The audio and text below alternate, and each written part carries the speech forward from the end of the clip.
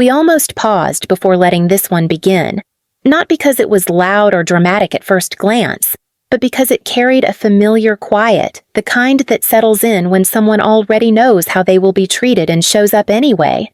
Irene Halstead is the kind of woman families underestimate, easily composed, private, careful with her words. That care is what makes what happened next matter. This is how she remembers it. The chair scraped against the floor before I even touched it. A waiter was already apologizing, sliding past me with a tray of glasses. I looked down and realized this was my seat. End of the table, right by the service door. The place where coats usually ended up when the room filled. My mother glanced over, smiling too brightly. "There you are. Irene," she said. "We were starting to wonder if you'd come." I said I would. I told her. Camille didn't look at me. My sister was busy holding her left hand just high enough for the ring to catch the light. It flashed every time she laughed, which was often. Her fiancé sat beside her, relaxed, practiced, already blending in. I pulled out the chair myself and sat. The door behind me swung open again. Plates clinked. Someone brushed my shoulder. My mother raised her glass. "This night is about Camille," she announced. "She's engaged, settled, moving forward." She paused. Her eyes slid to me. "And Irene," she continued, still smiling. "Well, everyone moves at their own pace. Some people take longer to find their footing." A few soft laughs traveled down the table. I kept my hands folded in my lap. Camille finally turned. "Don't make it weird." "Mom," she said, smiling. Then she looked at me. "Irene, tell everyone what you're doing these days." I felt the heat rise in my chest, familiar and contained. "I run a company," I said. My father let out a short laugh. "A company," he repeated, like he was tasting the word. "Be realistic." My mother sighed. "Your sister has a fiancé and a future," she said. "You're still single, and that little online thing, well, we worry." I nodded once. The door behind me opened again. Someone set down a plate too close to my elbow. From the far end of the table, Camille's fiancé finally looked at me. Really looked. His expression shifted, subtle but real. He leaned forward slightly. "Sorry," he said. "Did you say your name was Irene Halstead?" "Yes." He hesitated. From Halstead Systems, I didn't answer right away. There was a quiet stretch where no one laughed, no one spoke, no one reached for a glass. A small note from us. Watching moments like this don't announce themselves. They arrive softly, and the room changes around them. "Yes," I said. "That's mine. If you're still here, stay with her." This was only the first crack. The quiet didn't last. My mother reached for her wine glass again, tapping it lightly with her fork like she hadn't just shifted the room off its axis. "Well," she said, smoothing her napkin, "that's unexpected." My father leaned back, arms crossed. "Halstead Systems," he repeated. "Is that the same one people keep confusing with something bigger?" Camille laughed, quick and light. Too quick. "Dad." "You're mixing it up," she said. "There are a lot of companies with similar names." Across from me? Nathaniel didn't laugh. He was still looking at me, eyes narrowed just slightly, like he was replaying something in his head. "It's the same one," he said calmly. "The freight optimization platform, regional carriers, Midwest focus." My mother's smile tightened. "Oh," she said, "that little thing." Something in my chest loosened and tightened at the same time. "It's not little," Nathaniel added. Still polite. "We reviewed it last year." My father straightened. Reviewed it for what Nathaniel glanced down at his plate, then back up. Potential acquisition. Camille set her fork down harder than necessary. "You're joking." "No," he replied. "We don't joke about things like that." I felt the service door brush my chair again. Someone murmured an apology. I shifted an inch closer to the table, like that would make me less in the way. My mother laughed softly. Well, Irene always had ideas, she said. Big ones. We encouraged her to keep her feet on the ground. I did, I said. That's why I built it quietly. My father shook his head. So what now? You walk in here and expect us to clap. I didn't expect anything. I told him. I came because Camille invited me. Camille's eyes flicked to Nathaniel, then back to me. I invited you to be part of the night, she said. Not to hijack it. I didn't hijack anything. The tension sat there, heavy but contained. Glasses half raised. Forks paused mid-air. We noticed something then, listening closely. No one was angry yet. They were unsettled, and that can be worse. My mother cleared her throat. Your sister has worked very hard to build a real life, she said. A fiancé, a future, stability. Her gaze settled on me again. And you, well, you've always done things differently. I have. I agreed. She nodded, as if that settled it. We just want you to be realistic. Irene, some paths don't lead anywhere. Nathaniel shifted in his chair. With respect, he said. Her path is leading somewhere. Silence again. This one sharper. Camille forced a smile. Can we not do this tonight? I looked at my hands. At the small scratch on my knuckle I didn't remember getting. I'm not doing anything, I said quietly. I'm sitting where you put me. No one responded to that. The door behind me opened once more. Warm air. Voices from the kitchen. Then it swung shut. I stayed still, letting the moment pass without chasing it. The conversation drifted after that. The way it always did when no one wanted to admit they'd stepped somewhere uncomfortable. An aunt down the table started talking about wedding venues. Someone mentioned the Riverview. Camille leaned into it immediately, describing flowers and lighting and how everything would feel timeless. Her voice settled back into its familiar rhythm, confident again. I took a sip of water. The glass was warm from sitting too long. My mother leaned closer, lowering her voice just enough to make it feel private. You could have mentioned this before, she said. We don't like surprises. I tried. I told her. She waved that away. You always say that. My father glanced down the table, then back at me.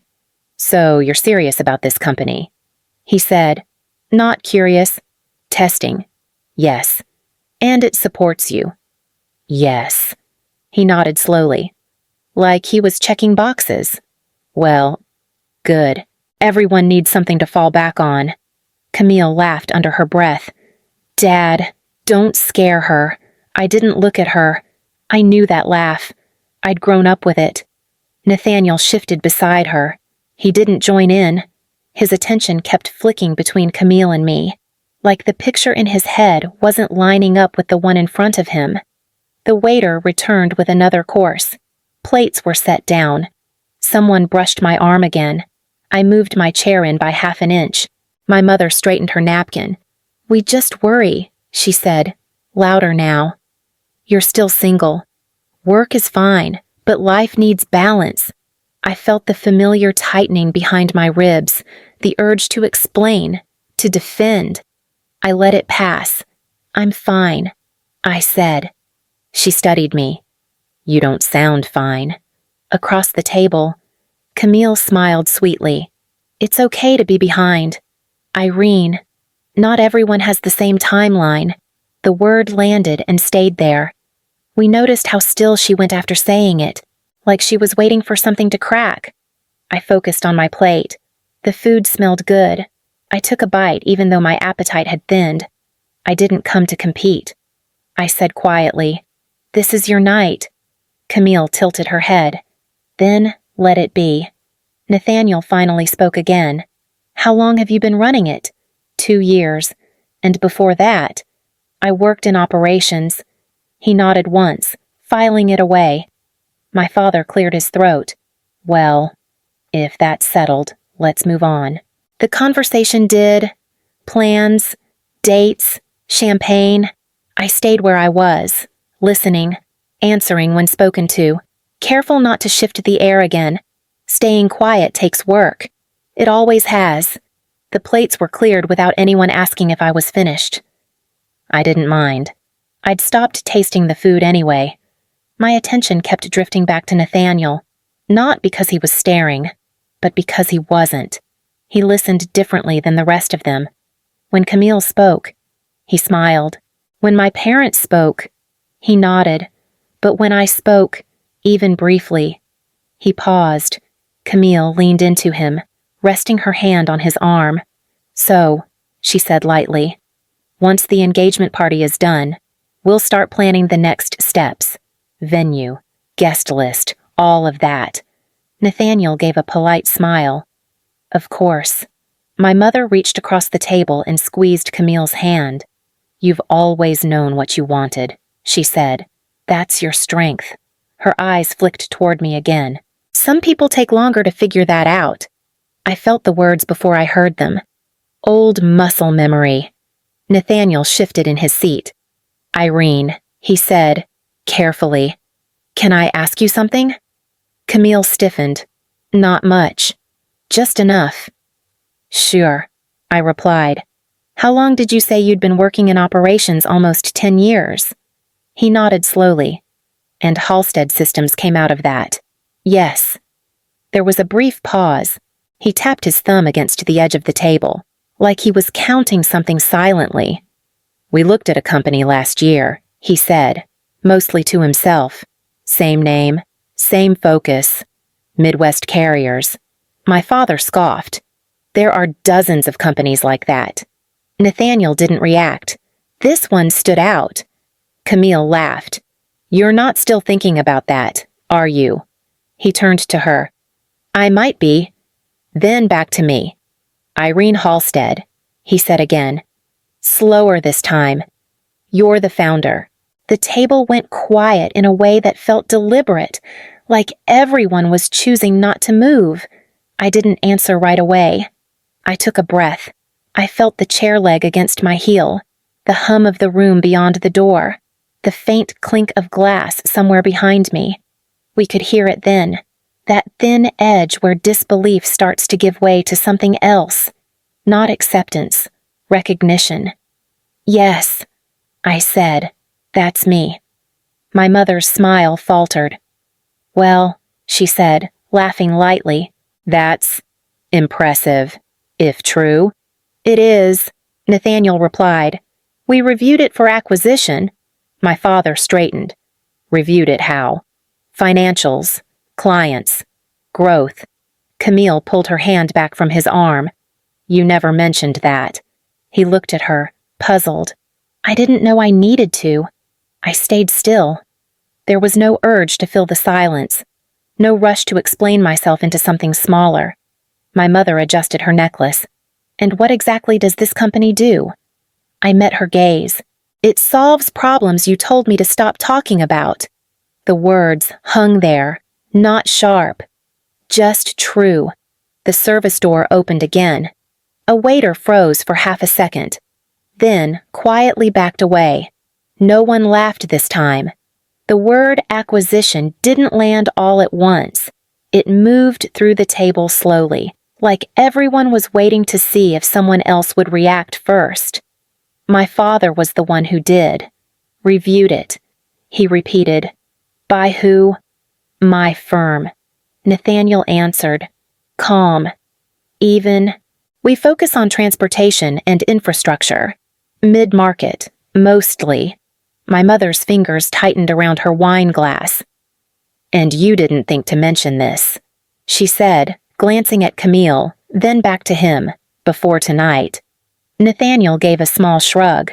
"I didn't know it was relevant." Camille laughed, but it sounded thin. "Come on, lots of companies get looked at." "That doesn't mean anything."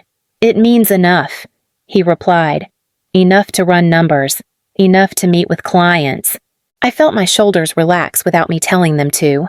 Not because I wanted to prove anything, but because the guessing was over. My father leaned forward now. "What kind of numbers?" Nathaniel looked at me, checking. I nodded once.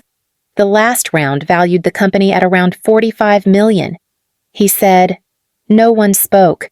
My mother blinked. "That can't be right." "It is." He said, "Revenue growth has been steady. Low churn. Strong contracts with regional carriers." Camille pushed her chair back an inch. "You're exaggerating." Nathaniel shook his head. "I don't exaggerate." My father stared at his hands for a moment, then back at me. "You never told us." I tried. I said. "You told me to stop dreaming." The silence that followed was different, heavier, less performative. We noticed it then. The way people reach for disbelief when the story they've told themselves stops fitting. My mother cleared her throat. "Well," she said, "money isn't everything." "I know." I replied. Camille crossed her arms. "So this is it," she said. "You wait until my engagement dinner to drop this." "I didn't drop anything," I said. "You asked?" Nathaniel leaned back, folding his hands. "For what it's worth," he added. "The company impressed our team. Clean execution, no noise." My father's jaw tightened. "And you're not selling?" "No." He let out a breath through his nose. "Why not?" I met his eyes. "Because I didn't build it to hand it over the first time someone took me seriously." My mother looked away, fussing with her napkin. "You always had a chip on your shoulder." "Maybe," I said, "but I also had work to do." Camille stared at the table. Her ring caught the light again, but she didn't lift her hand this time. Nathaniel glanced between us, something unsettled in his expression. "There were discussions," he said slowly. "Early ones. Nothing final." My father straightened again, recalculating. "And what would a deal like that look like?" I shook my head. "Not a conversation for tonight." The service door opened behind me. A waiter hovered, unsure. "Later," Camille snapped, waving him away. I sat there, still in the worst seat, feeling the room shift around me, not toward me, away from the version of me they'd been so comfortable with. And for the first time that night, no one laughed. My mother broke the silence first. She always did when things tilted out of her control. "Well," she said, straightening in her chair, "at least Camille has her life figured out. A fiancé. Stability. That matters." The words weren't raised. They didn't need to be. Camille lifted her chin, the ring catching the light again. "Like muscle memory." "We didn't all get distracted," she added lightly. "Some of us stayed focused." I felt something shift in my chest. Not anger. Something colder. "I didn't get distracted," I said. "I built something." My mother shook her head. "Work isn't everything. Irene, you can't hide behind it forever." Nathaniel glanced at Camille, then back at me, uneasy now. "That's not what this is," he said quietly. Camille waved him off. "It's fine. She's always been sensitive." I looked at my mother. "You know what you never asked me." She frowned. "And that is?" "If I was happy." The table went still again. Even the background noise from the other rooms seemed to fade. "I am?" I continued. "I've been married for 4 years." Camille froze. My father blinked. "Married?" "Yes." My mother let out a short, sharp laugh. "You expect us to believe that?" "I don't expect anything," I said. "I told you." Camille's voice cut in. "No, you didn't. I came to the house," I said, turning to her, with invitations. I stood at the door. My mother looked between us. "What is she talking about?" Camille's jaw tightened. "You showed up unannounced." "I showed up because I wanted my parents there." I took a breath. "Slow. You told me they weren't home. You said the wedding was embarrassing. You said I was trying to steal attention." My father's face darkened. "Camille." She looked away. "She exaggerates." Nathaniel leaned forward now. "Did you intercept the emails?" Camille shot him a look. "That's none of your business," "It is," he said. "You told me your sister didn't speak to the family. I stopped trying," I said, after the invitations came back unanswered. After the birth announcement went quiet, my mother's hand flew to her mouth. "Birth announcement. I have a son," I said. "He's 4. No one spoke. We could hear the weight of it settling, piece by piece. Not just what they didn't know. What had been taken from them. My father pushed his chair back slightly. "You let us think I didn't let you think anything," I said. "You never listened." Nathaniel stood. Not abruptly. "Just enough to create space. I need to pause this," he said, looking at Camille. "There are things here I didn't know." Her voice rose. "You can't be serious." "I am," he said. "And Irene about the company. We should talk. Professionally." We noticed something then. This wasn't the moment breaking them. It was the realization that the break had happened years ago. I picked up my bag. "I didn't come here to take anything from you," I said, looking at my parents. "I just stopped letting you take things from me." No one followed me as I walked toward the door. The hallway outside the room felt cooler, quieter, like the building itself was giving me space. I didn't make it far before footsteps followed. "Irene," Nathaniel's voice carried, steady but unsure. I stopped near the elevator bank. The carpet was patterned in a way that made you dizzy if you stared too long. "I didn't know," he said. "About any of that." I figured. He nodded, rubbing his thumb along the edge of his phone.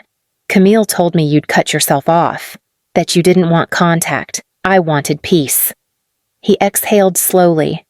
"I should have asked more questions. That's not on you."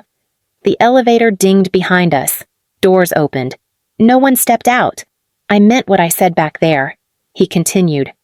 "About pausing things. I need to understand who I'm standing next to." I held my bag closer. "That's fair. And the company," he added, carefully. "There's real alignment. Your platform, Peter's manufacturing group. There's a conversation worth having." I met his eyes. "Business goes through counsel." A faint smile crossed his face. "Of course." Behind us, raised voices bled through the closed doors. Camille, sharp and fast. My mother, lower, frantic. My father trying to slow it down and failing. We noticed how sound changes once a room loses its script. It stops being contained. Nathaniel stepped aside as the elevator doors opened again. "For what it's worth," he said. "You handled that with more restraint than most people could." I shrugged. I didn't have energy for anything else. The doors closed. The elevator dropped. Outside, the night air smelled like the river, damp, clean.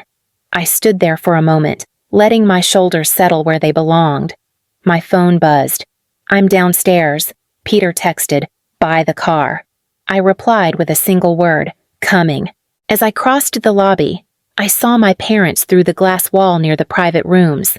My mother's hands were moving fast now. My father stood still, face tight. Camille paced, her ring flashing with every turn, brighter than it had all night. They didn't see me. Peter was leaning against the car, jacket open, calm as ever. When he saw me, his expression softened. "You ready?" he asked. "Yes." He opened the door without another word. As we pulled away, the hotel lights slid out of view. The noise stayed behind. We didn't go straight home. Peter turned the car toward my parents' place, the familiar streets tightening around us, porch lights, trimmed hedges, the same quiet order I grew up with. The house looked unchanged. That almost hurt more. "I just need a few things," I told him. He nodded once. "I'll come in." The door opened before we knocked. My mother stood there like she'd been waiting for a sound she could recognize. "Irene," she said, breathless. "Thank God." Peter stepped forward, calm, hand warm at my back. "Good evening," he said. My mother's eyes flicked to him, then to me. "You brought him?" "Yes." My father appeared behind her, shoulders stiff. So this is real. Peter offered a small smile. It is. We moved into the living room. Nothing had shifted. The couch, the framed photos. Camille's trophies still lined the shelf. Mine were nowhere to be found. They never had been. My mother pressed her hands together. You should have told us. I tried. I said. I came here. I sent invitations. She looked at Camille's empty hallway, then back at me. She said you didn't want us there. Peter's jaw tightened, just slightly. My father cleared his throat. You have a child. Yes. How old? 4. The word settled hard.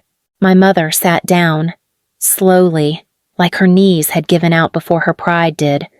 I missed everything, she whispered. I didn't answer that. I didn't need to. We noticed how the room changed when the truth had nowhere left to hide. It didn't get louder. It went small. Peter spoke gently. We didn't come to argue. Irene just needs her things. My mother nodded, wiping at her eyes. Of course. I walked down the hall to my old room. The door creaked the same way it always had. I grabbed a box from the closet shelf. Old papers, a sweater. A photo I'd forgotten was there. Camille's door stayed shut. When I came back, my father stood by the window. You did well, he said, without turning around. I paused. I did my best. He faced me then. We didn't make it easy. No, I said. You didn't. Outside. The air felt lighter. Peter opened the car door. I slid in. Box on my lap. As we pulled away, my mother watched from the doorway. Smaller than I remembered. Peter reached over, squeezing my hand. You okay? Yes, I said. And for once, it didn't feel like something I had to convince myself of. Home felt smaller in the best way. Miles was already half asleep on the couch when we walked in. One sock missing, his head tipped back against a cushion. Peter lifted him carefully, like this was a routine we'd practiced for years, because it was... He waited. Peter murmured, didn't want to go to bed. I brushed my thumb across Miles's cheek. I'm here, I told him softly. His eyes opened just enough to register me. Hi. Mom. That was all. No questions. No confusion. Just a fact. Peter carried him down the hall. I stayed in the living room for a moment, setting the box from my parents' house on the floor. I didn't open it. I didn't need to. Whatever was inside belonged to an earlier version of me. When Peter came back, he leaned against the doorway. You want tea or quiet? Quiet, I said. He nodded and disappeared into the kitchen anyway. That was his way. Quiet, with support nearby. I sat on the couch and let the night settle. My phone buzzed once, a message from Nathaniel. Professional, measured. He wanted to follow up through counsel when things cooled down. I didn't respond right away. Peter returned with 2 mugs and set one on the table. You don't have to do anything tonight, he said. I know. He sat beside me, close but not crowding. We stayed like that, listening to the hum of the refrigerator, the distant sound of a car passing outside. I'm proud of you, he added. Not loud, not heavy. I leaned my head against his shoulder. I didn't feel brave, I admitted. I just felt done. That counts. Later. When the house was quiet again, I walked into Miles's room. His breathing was steady now, one arm flung above his head. I stood there longer than necessary. Irene Halstead. That name had meant so many different things at that table. To them, it had been a problem to solve, a story to manage, something slightly inconvenient. Standing there, I understood something clearly for the first time. I hadn't lost anything that night. I hadn't taken anything either. I'd simply stopped shrinking to fit a space that was never meant for me. Tomorrow would bring calls, emails, repercussions I didn't need to predict yet. Tonight was enough. I turned off the light and closed the door softly, and as we listened back to her story, There's a stillness here that doesn't need explanation. If you found something familiar in Irene's quiet moment, you know where to sit with it.